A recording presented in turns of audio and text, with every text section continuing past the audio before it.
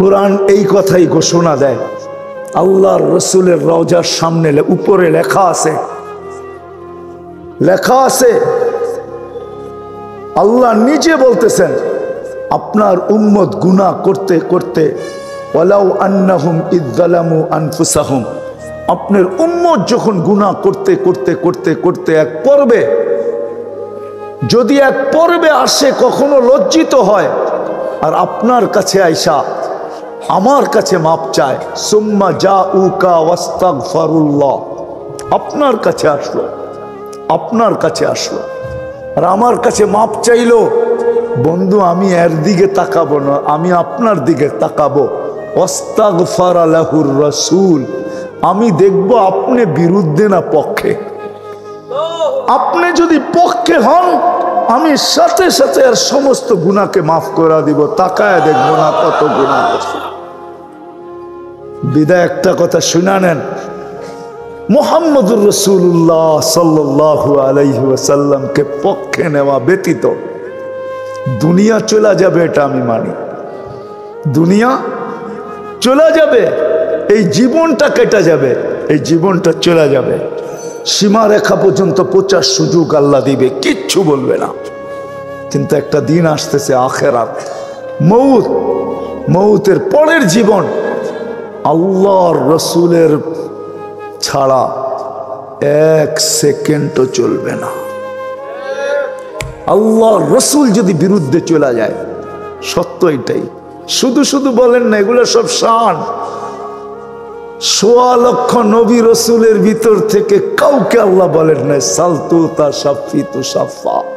বন্ধুকে বলছে, বন্ধু আপনি চাইতে দেরি, আমি দিতে দেরি করব না। চাওয়ারও কোনো সীমা দেন নাই, দেওয়ারও কোনো সীমা দেন নাই, চাওয়ারও সীমা দেন নাই। সাফি তু সাফা, আপনি সুপারিশ করতে দেরি, আমি মঞ্জুর করতে দেরি করব না।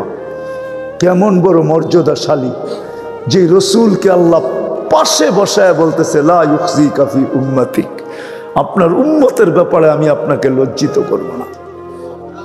ও মেরে দোস্ত, গণাইতে গেলে সারা রাত্র কেন, আমার জীবনটা শেষ হয়ে যাবে। আমাদের উপরে 3 বার আল্লাহর কুদরতি হাত লাগছে। কয়বার?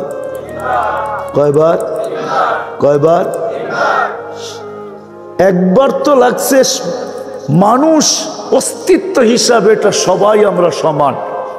বাকি 2 বার যে আমাদের উপরে বেশি হাত লাগছে, এটা আমাদের নবীজির কারণে।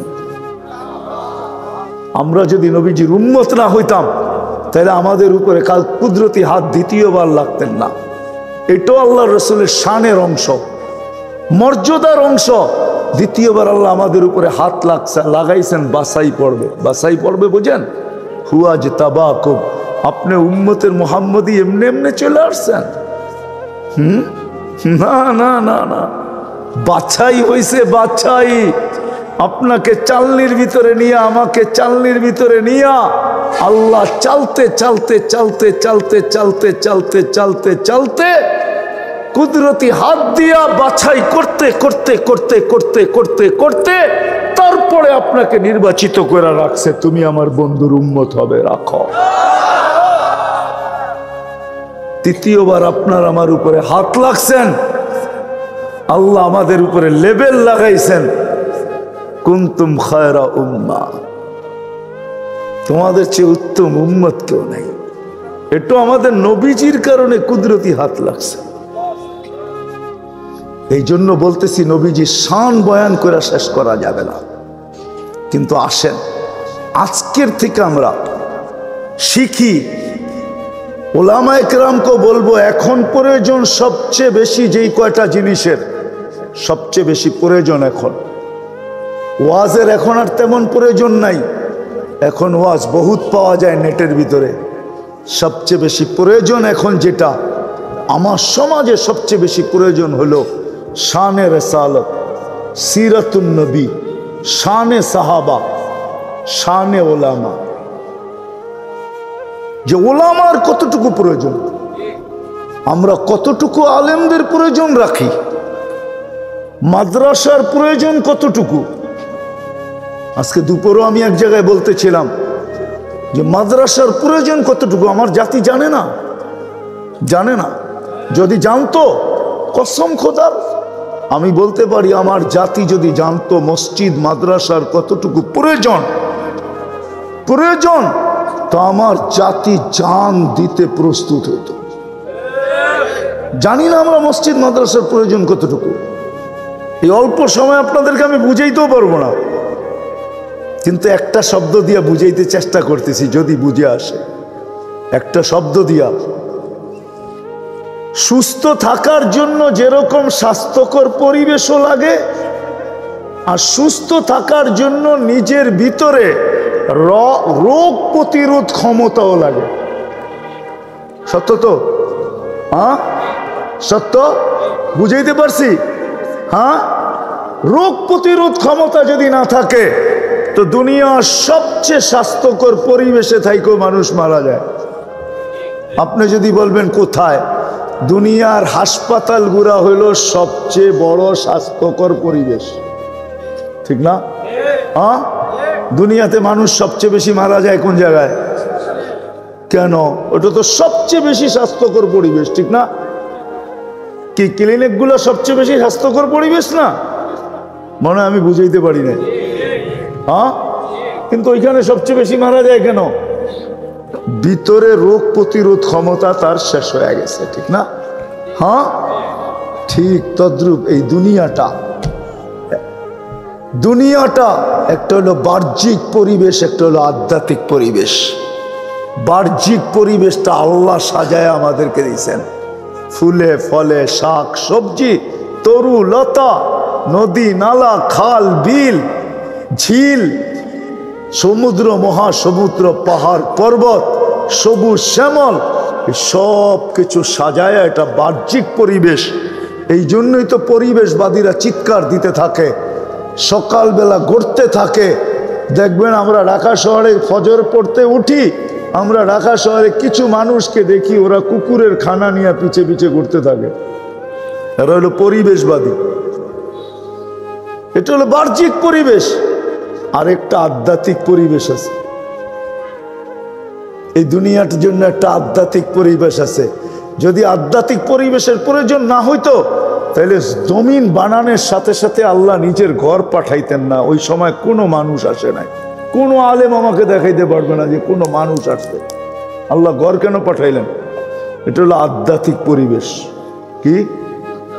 হ্যাঁ, বিতর্গত রোগ প্রতিরোধ ক্ষমতা, যেটা দেখা যায় না।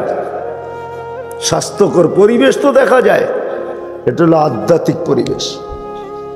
আল্লাহ নিজের ঘর পাঠায় দিয়েছেন। আল্লাহ রসুল যখন মদিনা মুনাওয়ারা হিজরত করেন, নিজের ঘর প্রথম বানান নাই। বলতে পারবে না কেউ যে প্রথম মসজিদ বানাইছে। আরেকটা আধ্যাত্মিক পরিবেশের মার্কাজ আছে মসজিদ, আরেকটা হলো আধ্যাত্মিক পরিবেশের একটা মার্কাজ আছে। মক্কায় সুযোগ ছিল না, এই জন্য এটা ঘর ভিত্তিক ছিল, দারে আর কাম ভিত্তিক। দারে দারে সত্য তো? কি বলে হুজুররা? দারে আর কাম ভিত্তিক ছিল। ওইখানে সুযোগ পান নাই, এটাকে পরিপূর্ণ একটা কাঠামোতে রূপ দেওয়ার সুযোগ পান নাই। এই জন্য এটা ঘর ভিত্তিক ছিল, ঘর ভিত্তিক। যখন মদিনায় আসছেন, মসজিদ বানানোর সাথে সাথে মাদ্রাসাকে কাঠামো ভিত্তিক একটা রূপ দিয়া দিছেন, যেটাকে সুপ্পা বলে। এই দুটা হলো আধ্যাত্মিক কি? আধ্যাত্মিক পরিবেশ। কিন্তু আলহামদুলিল্লাহ বাংলাদেশে এটা আছে। আধ্যাত্মিক পরিবেশ সারা দুনিয়ার চেয়ে বাংলাদেশে সবচেয়ে বেশি আছে। আমি 99 দেশ ঘুরা বলতেছি। যা 15-20 দিন আগে তুর্কিতে আসছে, মাসখানিক আগে সারা তুর্কিকে মাটিতে মিশায় চলে গেছে একই মাপে। আমাদের দেশে কেন হয় নাই? আর হবেই বা কি কইরা? হবেই কি কইরা?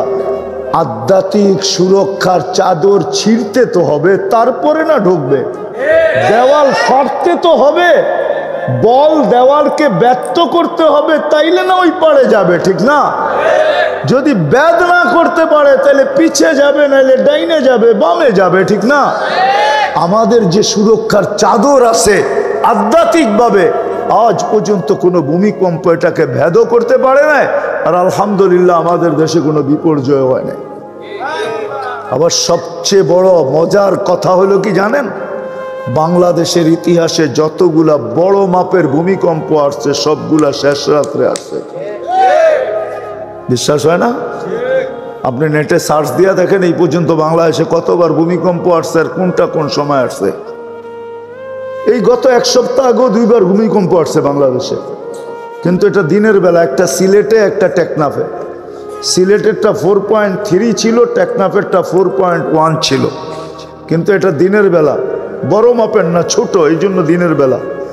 কিন্তু ডিসেম্বরে আসছে 6.1, এটা কিন্তু শেষ রাত্রে ছিল, ফজরের নামাজের সময়।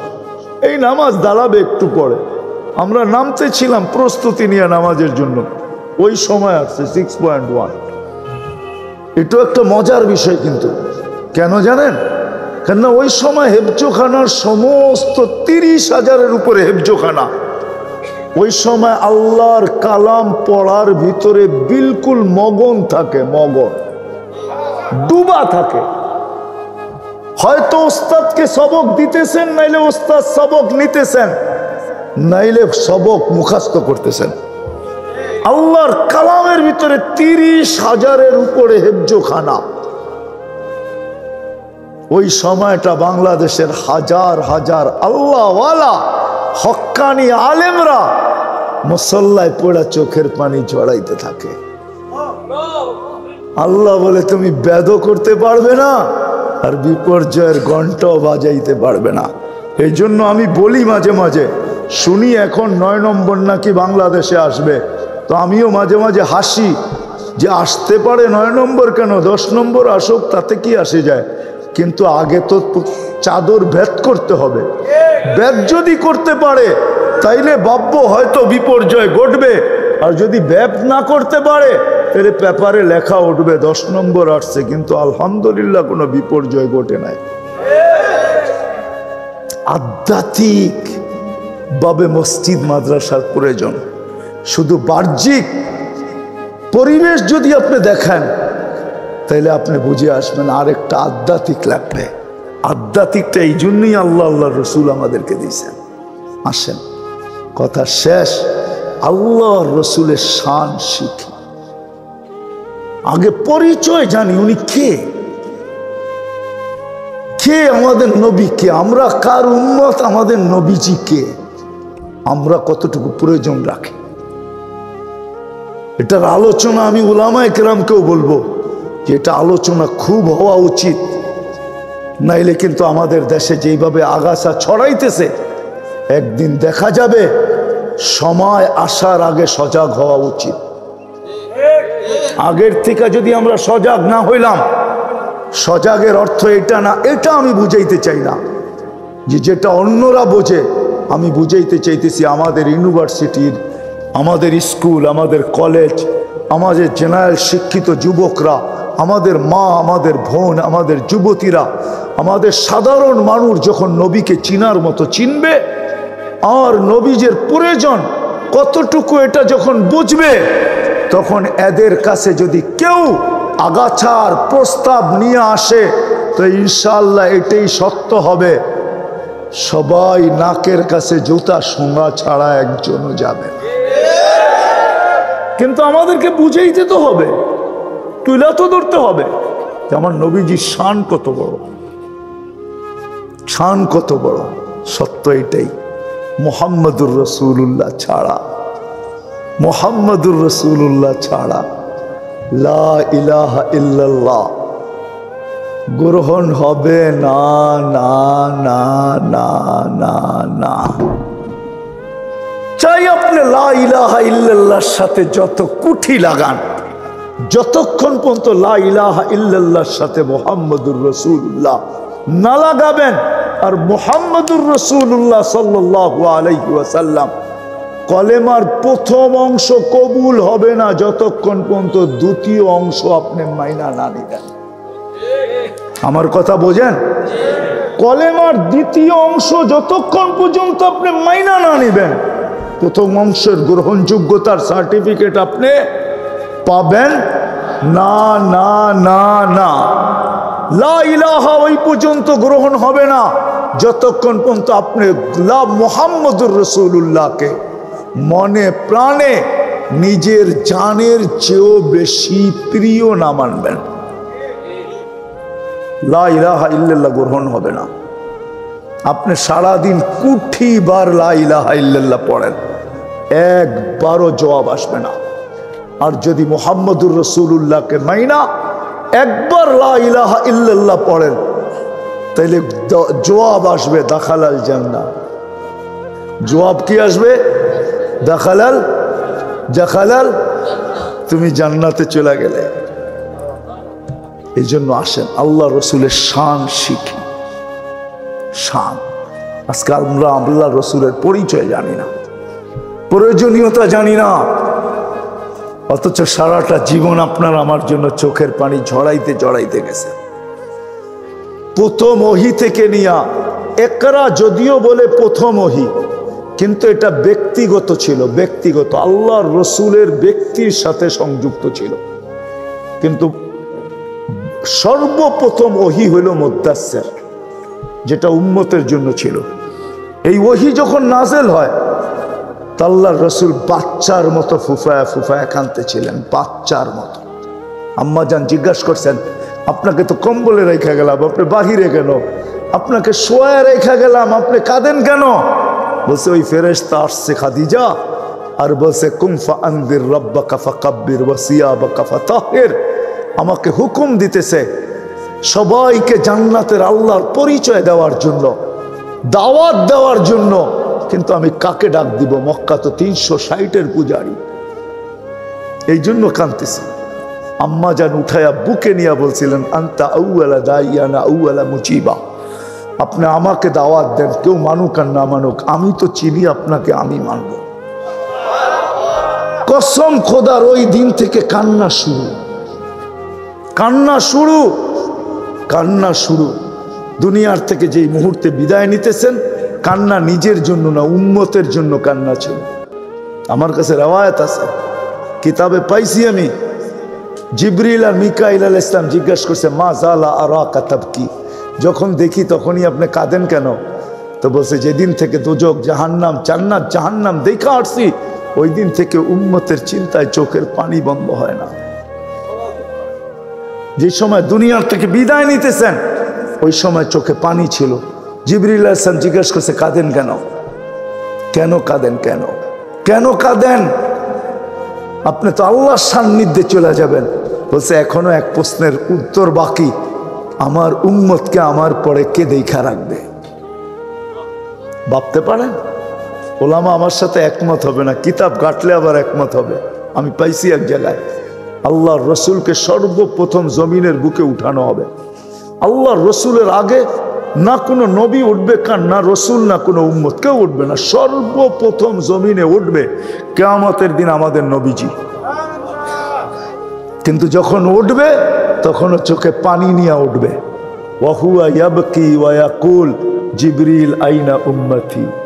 কাঁদবেন আর বলবেন, জিবরিল আমার উম্মত কোথায়? একা কেন উঠাইছো? উম্মত কোথায়? জিবরিল আলাইহিস সালাম আশ্বস্ত করবে, আপনার উম্মত এখনো ওঠে নাই। আপনাকে সর্বপ্রথম উঠানো হলো কেন জানেন?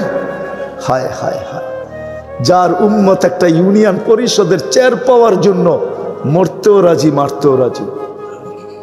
ঠিক না? কি রাগ হয়ে গেল বালুকার মানুষ? ইউনিয়ন কাউন্সিলের একটা চেয়ার পাওয়ার জন্য মরতে মারতে রাজি না? না হয় না ঝগড়া আপনাদের এখানে? না হয় নাই? অথচ যেই নবীকে আল্লাহ মাকামে মাহমুদ দিছেন, আল্লাহর চেয়ারের পরে শুধু একটা চেয়ার, যেটাকে মাকামে মাহমুদ বলে, একটা চেয়ার। যেই চেয়ারের উপরে শুধু একটা চেয়ার, আল্লাহর কুরসি, আল্লাহর কুরসির নিচে একটা চেয়ার, মাকামে মাহমুদ। ওলামা কি বলবে আমি জানি না, আমার তাখাইয়ুল, আমার ধারণা যে আল্লাহর রসুলকে সবার আগে কেন উঠাবে? আল্লাহ মনে হয় মাকামে মাহমুদের দর্শনের জন্য উঠাবে, যে বন্ধু বানাইছি কি একটু আগে দেখেন, আয়সা সব আয়সা পড়লে তো ঝামেলা হয়ে যাবে। আপনিও ছুটবেন এদিকে ওদিকে। আগে উঠে নিয়ে আসলাম, একটু পরিদর্শন করেন আপনার জন্য কোন চেয়ার বানাইলাম। কিন্তু কসম খোদার আল্লাহর রাসূল এই চেয়ারে বসবে না, দাঁড়ায় থাকবে, বসবে না। আপনার আমার জন্য বসবে না, বালুকার মানুষ বসবে না ওই চেয়ারে। আল্লাহ বলবে বন্ধু বসেন, দেখেন না চেয়ারটা কিরকম। কয় বসবো না। কেন? আমি ওয়াদা দিয়ে আসছি উম্মতকে হাউজে কাউসারে সাক্ষাৎ হবে, আমি তো হাউজে কাউসারে ছুটা যাব। আমি যদি বসে থাকি তো পিপাসিত উম্মতকে পানিকে পান করাবে। এখনই তো উঠবে আর উম্মত দলে দলে হাউজে কাউসারে আসবে, আমি আগে যেয়ে দাঁড়ায় থাকবো। উম্মত আসতে দেরি, পানি পান করাইতে যেন দেরি না হয়। চেয়ারে বসবে না। এইখানেই শেষ না, আল্লাহ জিজ্ঞেস করছে তারপর? আমি মিজানের কাছে ছুটা যাব, চেয়ারে বসতে আসবো না। কেন? আপনি প্রতিশ্রুতিগুলা দিছেন, ওগুলা বাস্তবায়ন কোথায় করব? মিজানের কাছে করব। উম্মতের পাল্লা যদি সামনে না ঝোঁকে, আপনি বলছেন চাইলে দিবেন, আমি চাইতে চাইতে দুকায়া দিব। আপনি বলছেন সুপারিশ করলে কবুল করবেন, আমি সুপারিশ কইরা কইরা পাল্লা সামনে ঝুঁকায়া দিব। আপনি বলছেন আমাকে রাজি কইরা ছাড়বেন, আমি চিৎকার দিতে থাকবো, আপনার উপর রাজি হব না যদি আমার উম্মতের পাল্লা সামনে না ঝুঁকে। আপনি বলছেন আমাকে লজ্জিত করবেন না, আমি বলবো পাল্লা ঝুঁকে না, আমি কিন্তু লজ্জিত হয়ে যাব। কেননা ঘোষণা হবে অমুকের উম্মত অসফলতা অর্জন করে ফেলছে, তো আমি চেহারা দেখাবো, তো দেখাবো কি করে? আমি পাল্লা ঝুঁকায়া দিব। আল্লাহ বলছে তারপর? বলছে তারপর আমি ফিরে আসবো না, আমি তো মিজানের ওইখানে পুলসেরাতের ওইখানে ছুটা যাব। কেন? উম্মত যদি পার হইতে না পারে তো দুরুদের গাঠি মাথায় দিয়া পার করে। রাগ হয়ে যাবেন? যেই নবী আপনার আমার জন্য কিয়ামতের মাঠে কুরসি পাওয়া সত্ত্বেও বসবে না, বসবে না, ছুটতে থাকবে। হাসান বুলা যাবে, হোসাইন বুলা যাবে, আলী বুলা যাবে, ফাতেমা বুলা যাবে, নিজের ফ্যামিলি বুলা যাবে, শুধু মনে থাকবে উম্মতি উম্মতি উম্মতি উম্মতি উম্মতি। ছুটবে আর চিৎকার দিবে রব্বি উম্মতি উম্মতি উম্মতি উম্মতি। মুসা আলাইহিস সালামের মতো নবী বলবে রব্বি লা আসআলুকা উম্মি ওয়ালা আসআলুকা উখতি। আজকে মাকেও চাই না, বোনকেও চাই না, আসআলুকা নাফসি, আমাকে বাঁচান, আমাকে বাঁচান। আপনার আমার নবী উম্মতি বলে চিৎকার দিবেন। কিন্তু আফসোস, গতকালকে কি বার গেছে? হ্যাঁ, রাগ হয়ে যাবে। এখানে কয়জন আছে যে শুক্রবারে 100 বার দুরূদ শরীফ পড়ছে? কয়জন আছি আমরা এখানে যে শুক্রবারে 100 বার, গতকালকে শুক্রবার, আজকে তো শনিবার গেল, গতকালকে শুক্রবারে আমি 100 বার দুরূদ শরীফ পড়ছি।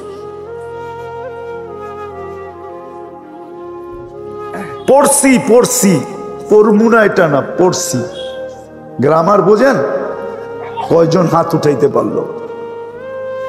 নামান। আমি আপনাদেরকে লজ্জিত করার জন্য না, বুঝানোর জন্য। অথচ আল্লাহ রসুল বলছে শুক্রবারে আমার উপরে যত বেশি পড়ো দুরূদ পড়ো। আপনার জন্য কিয়ামতের মাঠে, আমার জন্য কিয়ামতের মাঠে 1 সেকেন্ডের জন্য বসবে না। ইবনে আব্বাস রাদিয়াল্লাহু তাআলা জিজ্ঞেস করছে কোথায় পাবো? বলছে 3 জায়গার এক জায়গায় অবশ্যই পাবে কিয়ামতের মাঠে। হয়তো কাউসারের হাউজে কাউসারের কাছে পাবে, ওইখানে না পাইলে মিজানে পাবে, ওইখানে না পাইলে পুলসেরাতে পাবে। আমি এই 3 জায়গায় শুধু ছুটতে থাকবো আর চিৎকার দিতে থাকবো রব্বি উম্মতি উম্মতি উম্মতি উম্মতি। আর আল্লাহ সান্ত্বনা দিতে থাকবে বন্ধু সালতো তা চান না, কিন্তু তারপরও আপনার আমার জন্য দৌড়াইতে থাকবে। আপনার আমি শুক্রবারে 100 বার দুরূদ শরীফ পড়ায় অভ্যস্ত না। যুবকদের কথা তো বাদই দিলাম, আমার শিক্ষিত সমাজের কথা তো বাদই দিলাম, আমার দেশের ভিআইপি সিআইপির কথা তো বাদই দিলাম, যারা নিজেদেরকে সমাজের ভিতরে সবচেয়ে উচ্চাঙ্গের পাবলিক মনে করে। এরা ভাবে সমাজটা আমাদের জন্য টিকা আছে, আমরা আসি বিদায়ী দুনিয়াটা আছে, নাহলে কবে শেষ হয়ে যেত। এরাও তো পড়ে না। 100 বার দুরূদ শরীফ আল্লাহুম্মা সাল্লি আলা মুহাম্মদ, 3 মিনিট লাগে, 3 মিনিট পড়তে, 3 মিনিট। সবচেয়ে ছোট দুরূদ, কি আল্লাহুম্মা সাল্লি আলা মুহাম্মদ পড়লে দুরূদ হবে না?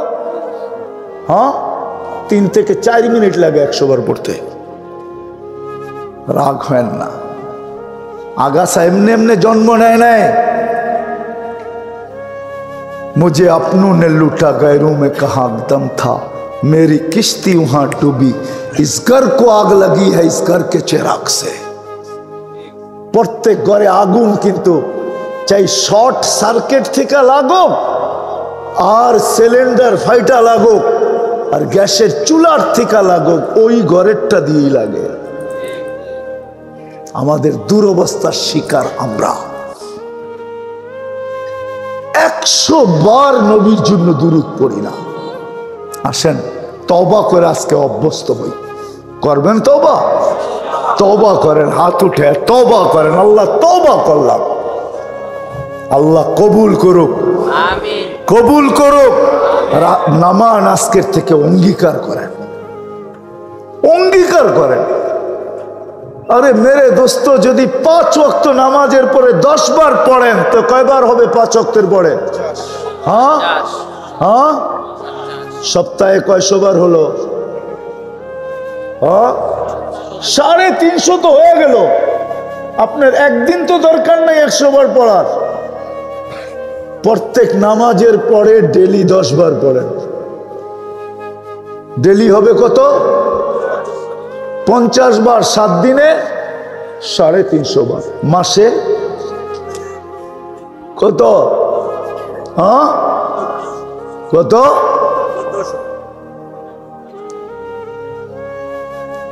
কত হবে? 350 ডেলি। যদি সপ্তাহে যদি 350 হয়, 4 সপ্তাহ ধরেন 1400 বার হয়ে যাবে মাসে। কত? সত্য আমারটা মাইনা নেন। এই উম্মতকে আল্লাহ বড় ভালোবাসে। দুজক থেকে ডাইরেক্ট এই উম্মতকে নিক্ষেপ করবে না, পড়বে কিন্তু গাছের ডাল ভাঙ্গা যেরকম পড়লে আরেকটা ধইরা ঝুলা থাকে, এই উম্মত পলসেরাত ধইরা ঝুলা থাকবে। ওই পর্যন্ত অপেক্ষা করবে যে এর জীবনে দুরুদ আছে কিনা, আমার বন্ধুর উপরে দুরুদ পড়ছে কিনা। যদি পড়া থাকে তো দুরুদ ছুটে আসবে, জ্বলন্ত অবস্থার থেকে একে উঠায়া পলসেরাতে দাঁড় করাবে, দুরুদ তাকে উঠায়া পার করাবে। দলিল লাগলে আমার কাছ থেকে নিয়ে যান, তাহকিক পড়ে করে নিয়েন। আজকে এটা করতে করতে আগাছা এতটুকু বাড়ছে, সবর করেন। এখনো যদি আমরা হুশে না আসলাম না, তা আমাদের আগাছা এখন দূরে শোনা যায়। যে অবস্থা, কয়েকদিন পরে আমাদের গলায় পাড়া দিয়া বসবে, পাড়া দিয়া কথা বলবেন, কথা পর্যন্ত বলার ক্ষমতা হবে না। এই জন্য আসেন নবীর শান শিখি, জানি, বলি, প্রচার করি, প্রসার করি, কতটুকু প্রয়োজন রাখি এটা করি। নবী আমার জন্য কি করছে, আমি কতটুকু করতেছি। আল্লাহ আমাদেরকে আমল করার তৌফিক দান করেন। ওমা আলাইনা ইল্লাল বালা। আমার তো এই ছোট জীবনটা সুরক্ষিত করার পিছনে আল্লাহর প্রতিশ্রুতি আছে চিরদিনের জান্নাত, চির শান্তির জান্নাত, চির সুখের জান্নাত, চির মন চাহি জীবনের জান্নাত, যা চাবো তা পাবো এমন জান্নাত, যা চাবো তা পাবো, যেমন খুশি তেমন চাবো এমন জান্নাত, যেমন খুশি তেমন চলবে, ওরকম জান্নাত দিবে। কিন্তু আমি আমার জীবনটাকে সুরক্ষিত কতটুকু করতেছি? ওই যে 10 টাকার পিছনে যদি প্রতিশ্রুতি থাকে যে কিনবে সেই 30 লাখ, আমি তো 30 লাখ বাদ দিলাম, যদি কয় 1 লাখই, যে 10 টাকার কিনবে ওটার পিছনে যদি প্রতিশ্রুতি লেখা থাকে যে 10 টাকার কিনলেই 1 লাখ, 30 গুণ কম 1 লাখ, তারপরও মনে হয় মানুষ কি, যদি কেউ ছাড়ে তাহলে ওকে বলবে কি, বোকা। ও বোকার রাজা, শুধু বোকা না, বোকা গো রাজা। কিন্তু আল্লাহ তো প্রত্যেক জীবনের পিছনে প্রতিশ্রুতি দিতেছেন। যতটুকুই হোক, কিন্তু কথা হলো সুরক্ষিত হইতে হবে। এই জন্য সুরক্ষিত করার কিছু ধারা আছে, সুরক্ষিত করার কিছু ধারা আছে, কিছু একান্ত করণীয় ধারা, যেটা করতেই হবে, যেটা করলেও জীবনটা সুরক্ষিত হবে, করতেই হবে, একান্ত করণীয়। এটার ভিতরে কোনো ছাড় ছুড় কিচ্ছু নেই, একান্ত করণীয়, এটা করতেই হবে, একান্ত করণীয়। আর কিছু আছে যে প্রত্যেক সময়ের আল্লাহর পক্ষ থেকে নির্ধারিত আছে, যে তুমি ইচ্ছা করলে, তুমি যদি ইচ্ছা করো তাহলে এইগুলা করতে পারো। এর করণীয় দ্বারা তোমার জীবনটা সুরক্ষিত হবে। একান্ত করণীয় দেখাই, 5 ওয়াক্ত নামাজ একান্ত করণীয়, এর দ্বারা জীবন সুরক্ষিত হবে, সময়গুলো সুরক্ষিত হবে। বলে কিভাবে? বলে এক নামাজ থেকে আরেক নামাজে ঢুকতে দেরি, মধ্যবর্তী সময়ের গুনাহ হইলেও এটা মাফ হইতে দেরি হয়, তাহলে সময়টা সুরক্ষিত, ঠিক না? 5 ওয়াক্ত দ্বারা 24 ঘন্টা কি সুরক্ষিত? এটা একান্ত করণীয়, না করলে চলবে না। আর এটা ধার্য এই জন্যই করছেন যে একান্তভাবে যেন সে 24 ঘন্টাকে একান্ত করণীয় দ্বারা সুরক্ষিত করে। এগুলো 5 ওয়াক্ত নামাজ 24 ঘন্টা সুরক্ষিত। গুনাহ হয়ে গেল, আরেক নামাজে যখন ঢুকবে, তার সালাতু ইলা সালাতি কাফারা, এক নামাজ থেকে আরেক নামাজ কাফারা শুরু, মধ্যবর্তী গুনাহ মাফ হয়ে যাবে। এটা একান্ত করণীয়, এটা 24 ঘন্টা পার ডে, এটা করতেই হবে। আরেকটা করণীয় দেখাই, জুমার দিন জুমার নামাজ পড়া, কাল জুমাতু ইলাল জুমাতি কাফারা, এক জুমা থেকে আরেক জুমা মধ্যবর্তী সময়ের গুনাহ মাফ, এটা একান্ত করণীয়। রমজান আসলে রোজা রাখা, এটা একান্ত করণীয়। রোজার দ্বারা, রমজান মাসের দ্বারা শুধু 1 মাস সুরক্ষিত হবে না, বরং লম্বা একটা জীবন সুরক্ষিত হবে। 1 মাসের বিনিময়ে 70 মাস সুরক্ষিত হবে। একান্ত করণীয়। আল্লাহ জীবনে আল্লাহ পয়সা দিছেন তো হজ করা একান্ত করণীয়, এটাও জীবন সুরক্ষিত করা। কেননা হজ্জুল মকবুল লাইসা লাহু, হজ্জুল মবরুর লাইসা লাহু জাযা ইল্লাল জান্নাহ। কবুল হজ যদি হয়ে গেল, কবুল হজ যদি হয়ে গেল, তাহলে জান্নাতে যাওয়ার পরিপূর্ণ কাগজাত পেয়ে গেল। জান্নাত যে তার, এটার পুরা কাগজপত্র কমপ্লিট হয়ে গেল, অ্যালটমেন্ট কমপ্লিট, জান্নাত তার, পুরা জান্নাত পেয়ে গেল। এটা একান্ত করণীয়। আরো আছে, ওলামায়ে কেরাম থেকে শিখতে হবে, এটা হলো একান্ত করণীয়, যেগুলো না করলেই নয়। আর কিছু আছে নফল, এগুলা করলে সুরক্ষিত হবে, না করলে হবে না, করলে তুমি পাবে। যেমন এশরাক পড়ো, চাষ পড়ো, আওয়াবিন পড়ো, রাত্রে উঠা তাহাজ্জুদ পড়ো। রাত্রে উঠা না পড়তে পারো তো কমসে কম এশারের 2 রাকাত সুন্নত পড়ার পরে 2-4 রাকাত তাহাজ্জুদের নিয়তে পড়া সর্বশেষ বেতের পড়ো, সর্বশেষ বেতের পড়ো। যে শেষ রাতে উঠতে পারি না, বুখারীর হাদিস আছে, ইবনে মাজার সহি রেওয়ায়াত আছে, সহি রেওয়ায়াত। এই উম্মতের জন্য আল্লাহ কেমনে করবে? এই উম্মত যদি এশার ঘুমানোর সময় তাহাজ্জুদের নিয়ত করে ঘুমায়া যায় আর যদি উঠতে না পারল তারপরও ফেরেশতাকে তাহাজ্জুদের সওয়াব লিখতে আল্লাহ বাধ্য করেন। আচ্ছা বলেন, তারপরেও যদি তার আমলনামায় তাহাজ্জুদ না থাকে তাহলে আর করার কি আছে? তারপরে করার কি আছে?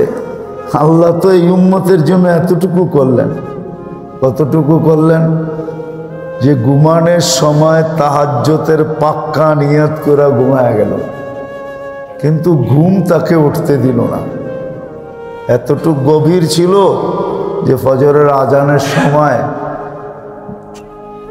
ঘুম ভেঙে গেছে, চোখ খুলে গেছে, তখন তো আর তাহাজ্জুদ পড়ার সময় নেই, ঠিক না? হ্যাঁ, তারপরও ফেরেশতা তার আমল নামায় তাহাজ্জুদের সওয়াব লিখবে। আর সহজ কেমনে করবে? এগুলো হলো সময়কে সুরক্ষিত করার পদ্ধতি। এশা, আওয়াবিন, চাষ, তাহাজ্জুদ, এগুলো হলো সময়কে সুরক্ষিত করার পদ্ধতি। এরকম জিকির,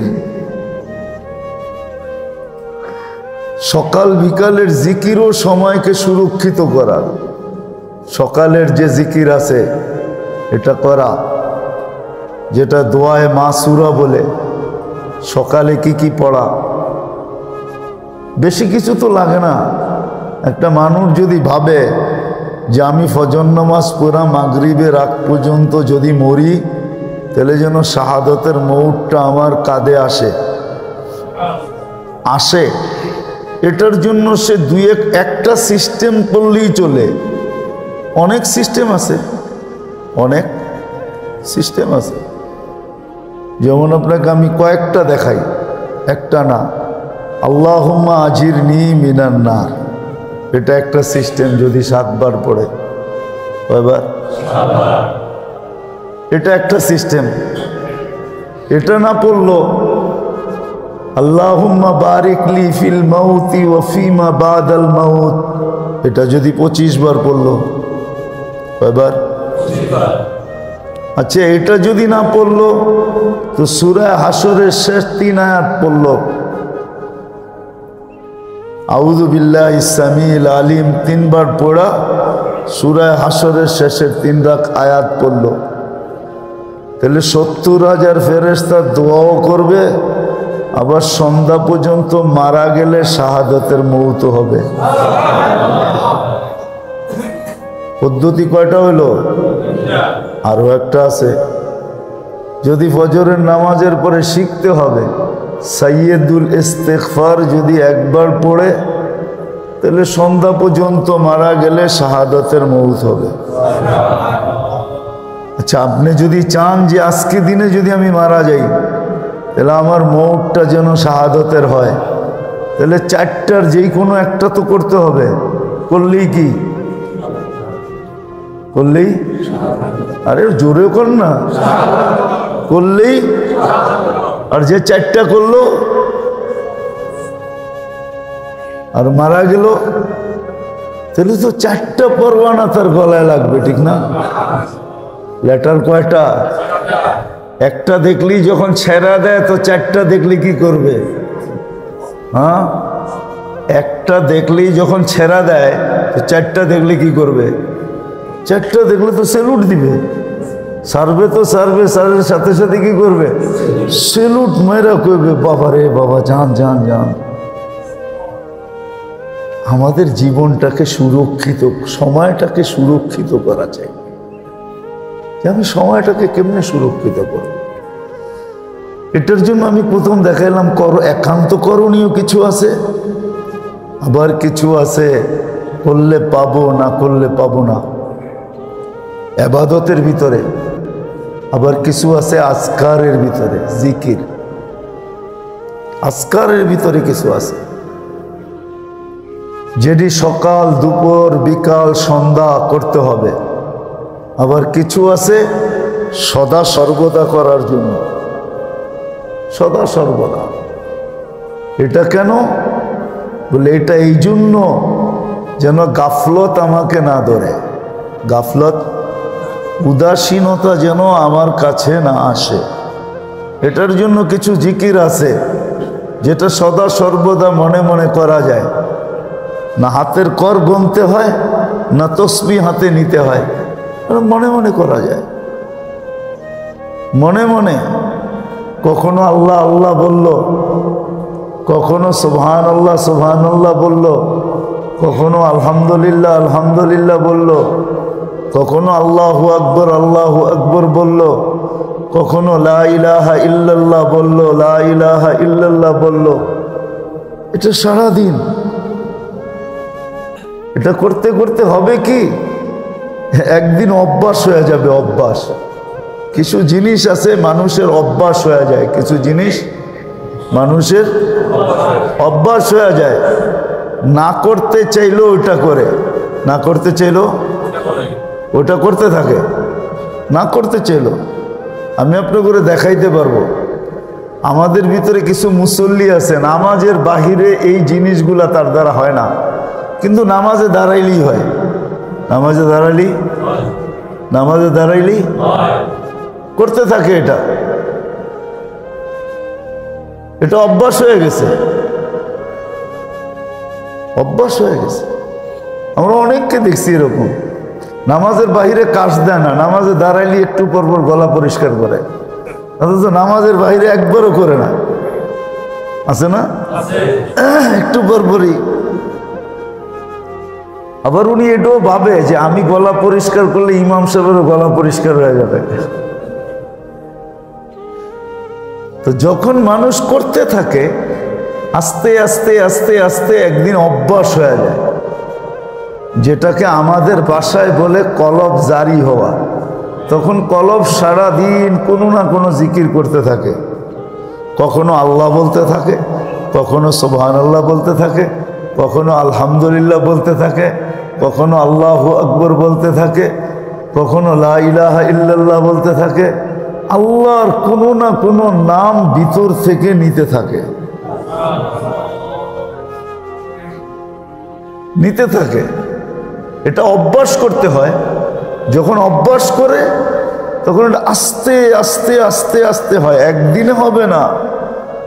যেমন কেউ কেউ বলে না যে আমাকে একটা জাতা দিয়া কলব জারি করে দেন, এটা সিস্টেম না।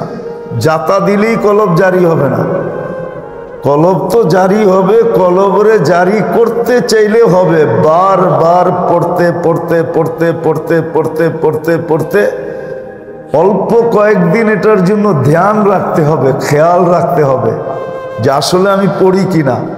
তো খেয়াল রাখতে রাখতে রাখতে রাখতে রাখতে একদিন দেখা যাবে এখন আর খেয়ালের দরকার হবে না, নিজে নিজেই পড়তেছে।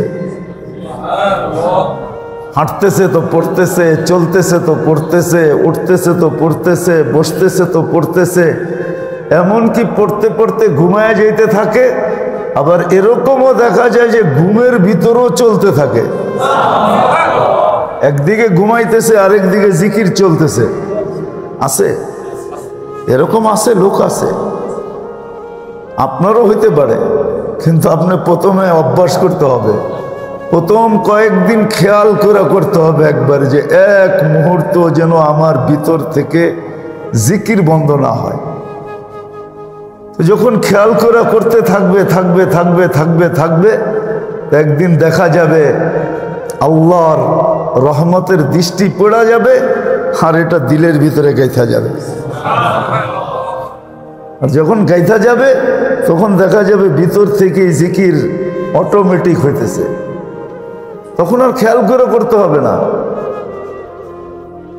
তখন আর খেয়াল করে করতে হবে না। তখন দেখা যাবে জিকির সবসময় হইতেছে, আল্লাহর নাম ভিতরে সবসময় জপতেছে। এগুলা হইল সময়কে সুরক্ষিত করার তরতিব, যে সময়কে যে সুরক্ষিত করতে চায়। আবারও বলতেছি, প্রত্যেক লটারির পিছনে যদি লেখা থাকতো যে 10 টাকা দিয়ে কিনলেই 1 লাখ টাকা, তাহলে মনে হয় না দুনিয়ার কেউ দূরে থাকতো। আর কেউ যদি দূরে থাকতো তো কেউ সমাজের ওকে নিজের সমাজের কাতারে মনে করতো না, মনে করতো ওরে তো পাবনা পাঠান দরকার। অথচ আমাদের জীবনটার পিছনে প্রতিশ্রুতি না, মানুষের প্রতিশ্রুতি না, মানুষ তো কখনো কখনো প্রতিশ্রুতি ভঙ্গও করে, বেশিরভাগই ভঙ্গ করে, বেশিরভাগই ভঙ্গ করে। কেন মানুষ এটাই বলে যে জ্যাবের থেকেই না দিব নাকি, কামাই হইলে না দিব।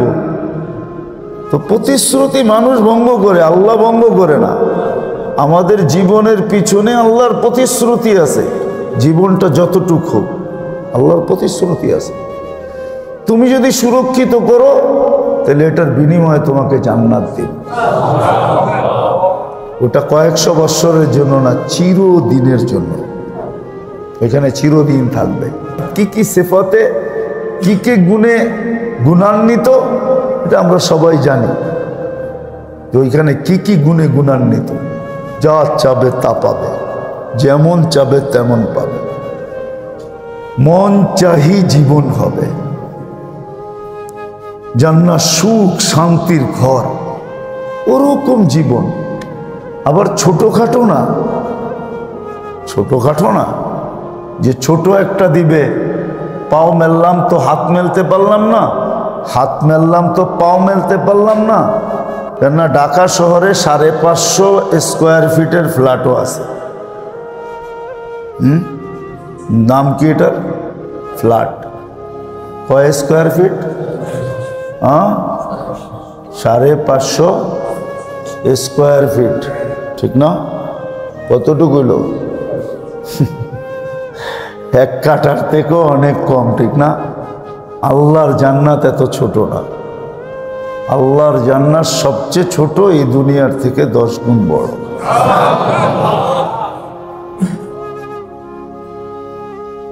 এই দুনিয়ায় মাটির অনেক প্রকার আছে না, আছে না? পড়েন না স্কুলে মাটির প্রকার? না পড়েন নাই? খালি কি আমরা একলাই পড়ছি, আপনারা পড়েন নাই? জান্নাতের মাটির প্রকার একটাই, ওই এলে মাটি, কাদা মাটি, পচা মাটি, এত প্রকার জান্নাতের মাটি নেই। জান্নাতের মাটি পুরাটাই জাফরান দিয়া অথবা মুস্ক দিয়া। এই পচা মাটি দিয়া না, জান্নাতের বিল্ডিংও এরকমই। দুনিয়ার ইটের বিল্ডিং না, রূপার ইট হবে অথবা সোনার ইট হবে। দুনিয়ায় হলো সব লতা পাতা দিয়া ভরা, ঠিক না? কি তরুলতা বলি না আমরা, লতা নাইলে পাতা, ঠিক না? কাঠের, সব কাঠের, ঠিক না? জান্নাতের কোনো গাছ কাঠের না। এই জন্য তো আমি বলি কাঠের গাছের চোষা এত মজা হয়, হাড়ি ভাঙ্গা এত মজা হয়। আর একটা আছে না যিনি কি, হ্যাঁ, আমগোপালি, এত মজা হয়। কাঠেরটা যদি এত মজা হয় তাহলে সোনার গাছের আমগোপালি কেমন হবে? কোনোদিন ভাইবা দেখছেন? মুখে তো পানি আসার কথা ছিল যে কাঠের গাছেরটা এত মজা, তো সোনার গাছেরটা কেমন মজা হবে? আপনি বলবেন সোনার গাছে আবার ফল ধরবে কি করে, ঠিক না? তাহলে যদি আমি জিজ্ঞেস করি কাঠের গাছে ধরলো কি করে, এটা আমারে বুঝান যে কাঠের গাছে কেমনে ধরলো। এটা যদি আপনি আমারে বুঝাইতে পারেন তাহলে আপনারটারও আমি বুঝাইয়া দিব। আপনি যদি বুঝাইতে না পারেন তাহলে আমাকে প্রশ্ন করে লাভ নাই যে সোনার গাছে কি করে চোষা হবে, ঠিক না? অনেকে বলে না সোনার গাছে আবার চোষা হয় কি করে, আরে জিজ্ঞেস করেন কাঠের গাছে হয় কি করে, এটার জবাব দে আগে। এটার টকশো আগে হয়ে যাক, তারপরে জান্নাতেরটা টকশো পরে করবো। কাঠের গাছে কি করে হয়, ঠিক না? এই কাঠের গাছেই তো হয় না, কোন গাছে হয়? হ্যাঁ, পানির গাছে যদি চিনি চাম্পা হয় তাহলে সোনার গাছে হইতে অসুবিধা কি? কলা গাছ তো সবই পানি, পানি না? মানেন কলা গাছ যে পানি দিয়ে তৈরি, এটা মানেন? হ্যাঁ, এটা পানি পুরা। এটাকে মেশিনে দিয়ে চিপে দেখেন আঁশ বাহির হয়ে যাবে, শুধু কতগুলো সুতা বাহির হবে। ওই সুতার ভিতরে আল্লাহ পানি গাইথা দিছে, তার ভিতরে কলা হওয়াইছে। ওইটার নাম হইল চিনি চাম্পা। ওইটার নাম কি? ওইটার নাম হইল চিনি চাম্পা। ওইটার নাম হইল সবরি। আরেকটা তো চিনি নি না। আরেকটা আছে নরসিংদীতে হয়, গেরা সুন্দরী। চিনেন? চিনেনও না, শোনেনও নাই মনে হয়, কোনোদিন খানও নাই মনে হয়, ঠিক না? হায় রে আমার কপাল, কই যাবো আপনার ঘরে লয়া। ওটার নাম হলো নরসিংদীতে যে কেন আমারে গেরা সুন্দরী দাও, তারপরে দেখবেন কলাকারে বলে।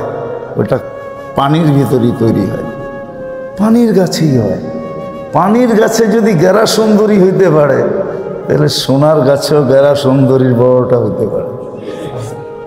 ওই জান্নাত রাখছেন অল্প জীবনের বিপরীতে, প্রতিশ্রুতি দিচ্ছেন, কিন্তু শর্ত হইল হেফাজত করা।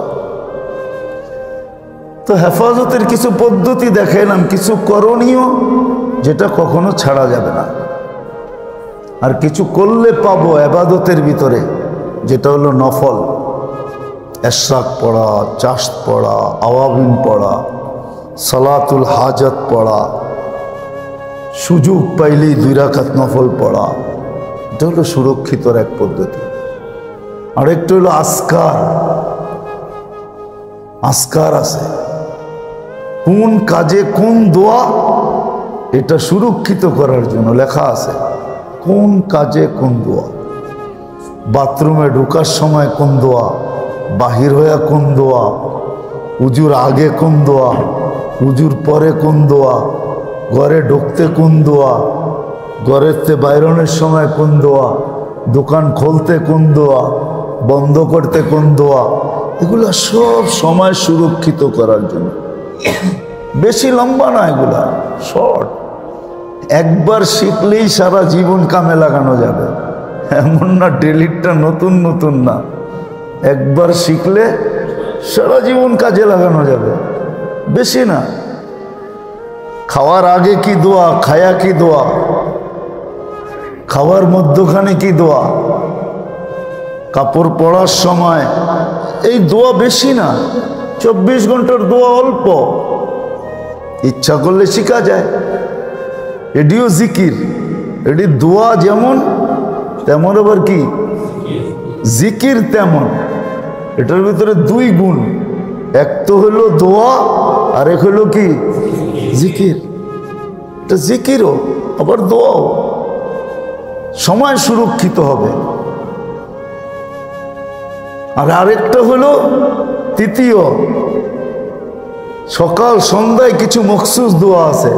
ফজর পড়ো তো সন্ধ্যা পর্যন্ত তুমি সুরক্ষিত। যেমন দেখাইলাম, সকালে পড়লা তো সন্ধ্যা পর্যন্ত, যখনই সূর্য ডুবার আগে যদি মউত আসলো, তাহলে শাহাদাতের মালাটা নিয়ে আসতে হবে। মালাকুল মউতকে খালি হাতে আসলে চলবে না, খালি হাতে আসলে শাহাদাতের মালাটা নিয়ে আসতে হবে। আইনা পড়াবে, তারপরে বলবে শহীদ ভাই চলো এবার, ওই মালাটা নিয়ে আসতে হবে। আবার যখন মাগরিবের পরে পড়বে ফজর পর্যন্ত। এটা গেল তৃতীয়। চতুর্থ আরেকটা জিনিস আছে, যেটা একটু আগে বললাম, যে অভ্যাস করা, চলতে ফিরতে, উঠতে বসতে, খাইতে লইতে, সর্ব অবস্থায় আল্লাহর জিকির ভিতর থেকে করতে থাকা। জিকির করো। এই জন্যই হাদিস বলছে, করতে করতে যদি অভ্যস্ত হইতে পারো, তাহলে হাসতে হাসতে জান্নাতে যেতে পারবে। করতে করতে অভ্যস্ত, তাহলে তুমি জান্নাতে যাবে, হাসতে হাসতে জান্নাতে যাবে। দুনিয়া তোমার হাসি দেখবে আর তুমি যেতে থাকবে। আর পঞ্চম আরেকটা জিনিস আছে, যেটা খুব দরকার, সবগুলার জন্য এটা সবচেয়ে দরকার।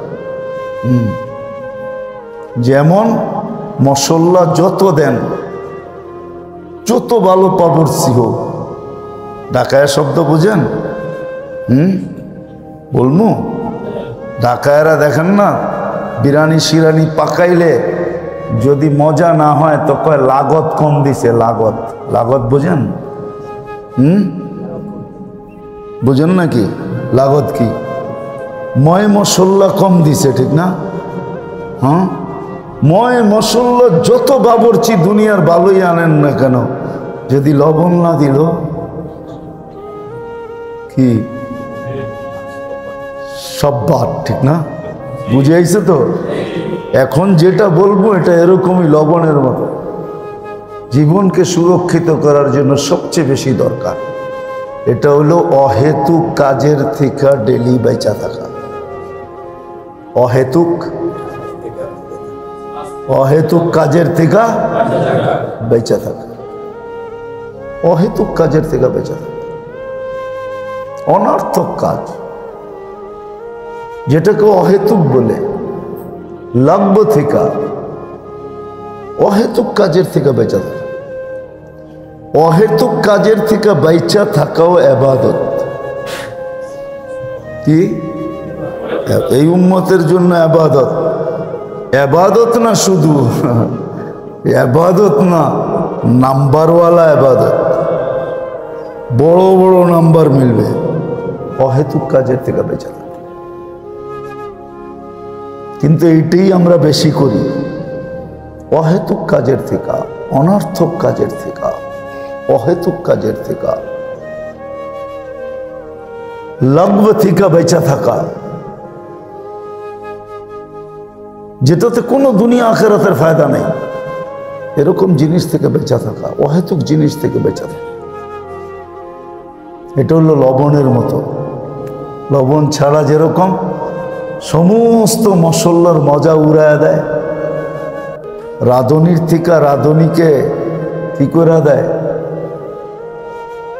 যত বড় রাঁধুনি হোক, কিন্তু লবণ না দিলে যেরকম কি ফেল, নাম ধুলিস্বাদ হয়ে যায় যে কি পাকাইছে, ঠিক না?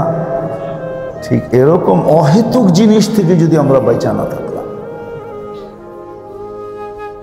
টুটাফাটা ইবাদত তো এই উম্মতের হয়ে যায় না। এই উম্মতের ইবাদতের পরিধি তো ছোট না। দেখেন আপনি এক ওয়াক্ত পড়েন 10 ওয়াক্ত হয়ে যায়, ঠিক না? কয় ওয়াক্ত পড়ি? কয় ওয়াক্ত হয়?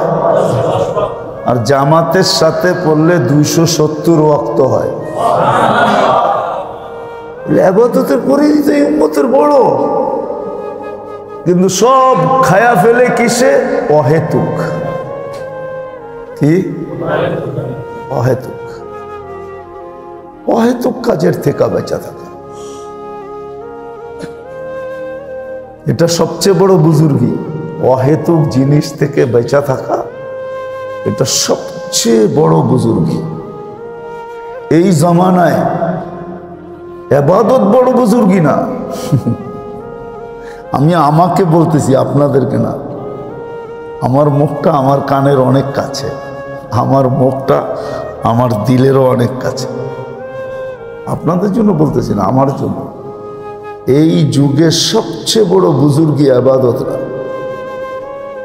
এই যুগের সবচেয়ে বড় বুজুর্গি হলো অহেতুকের থেকে বেঁচে থাকা।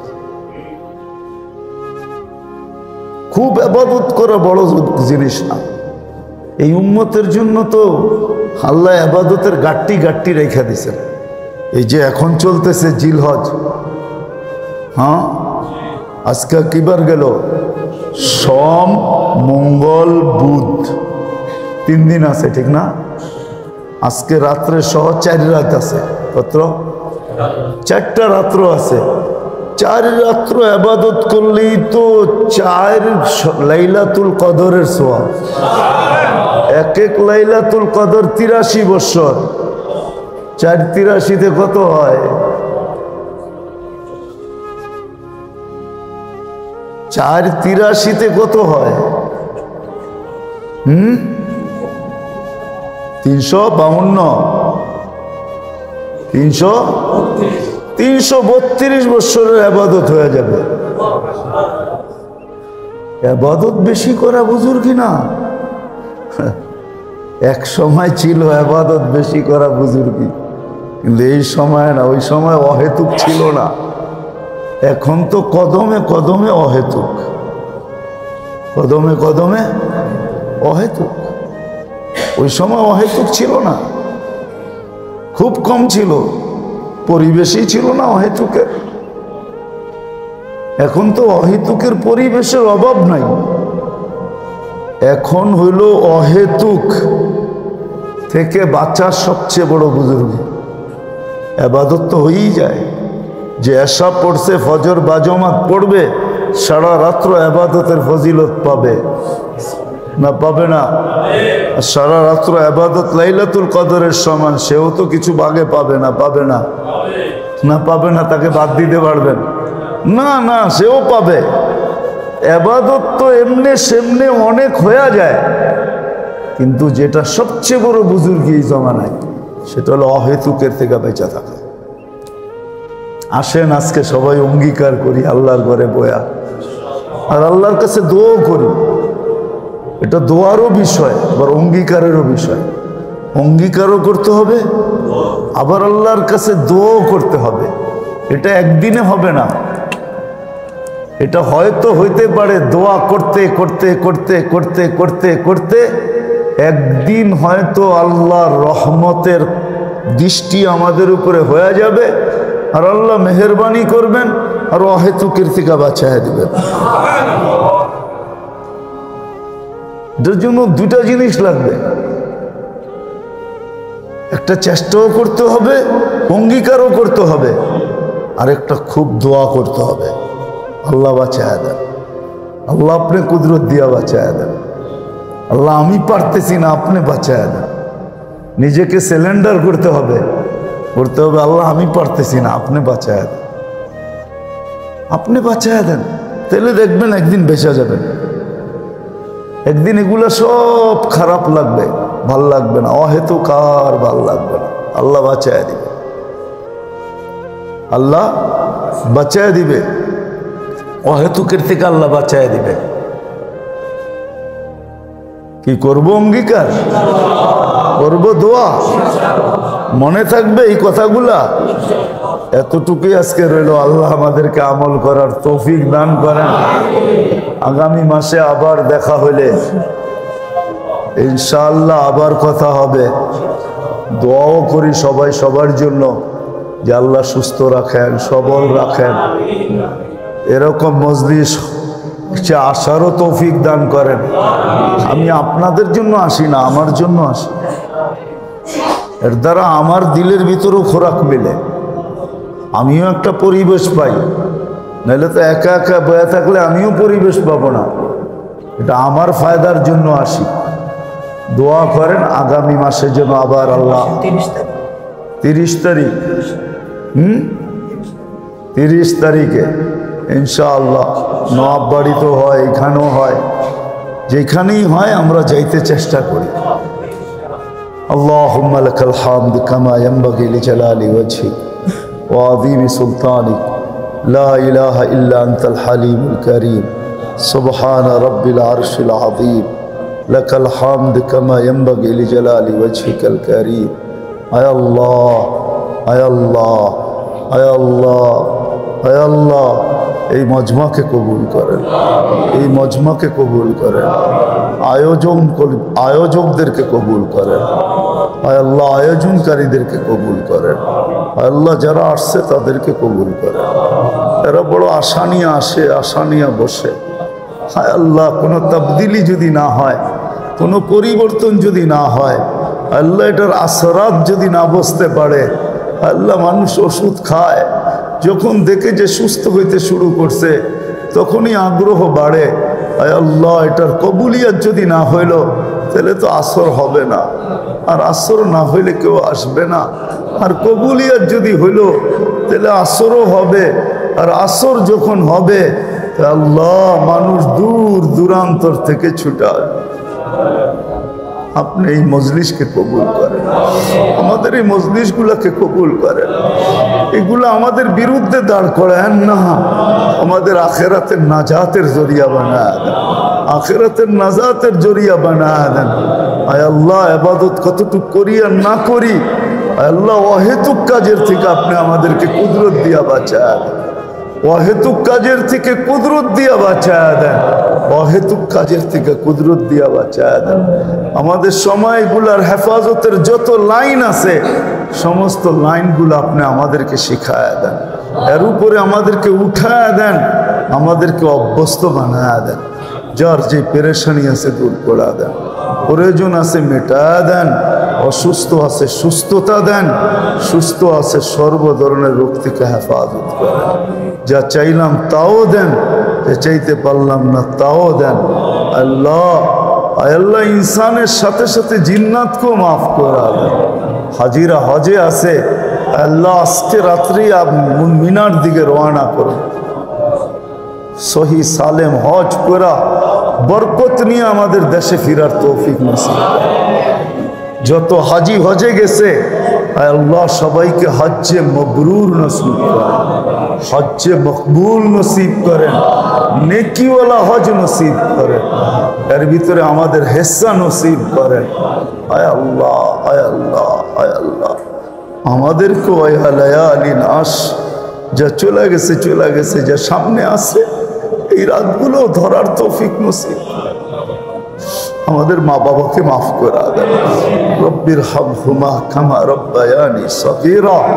ওয়া সাল্লাল্লাহু তাআলা আলা খায়রি খালকি মুহাম্মাদিন ওয়া আলিহি ওয়া সাহবিহি আজমাইন বিরহমাতিকা ইয়া আরহামার রাহিমিন।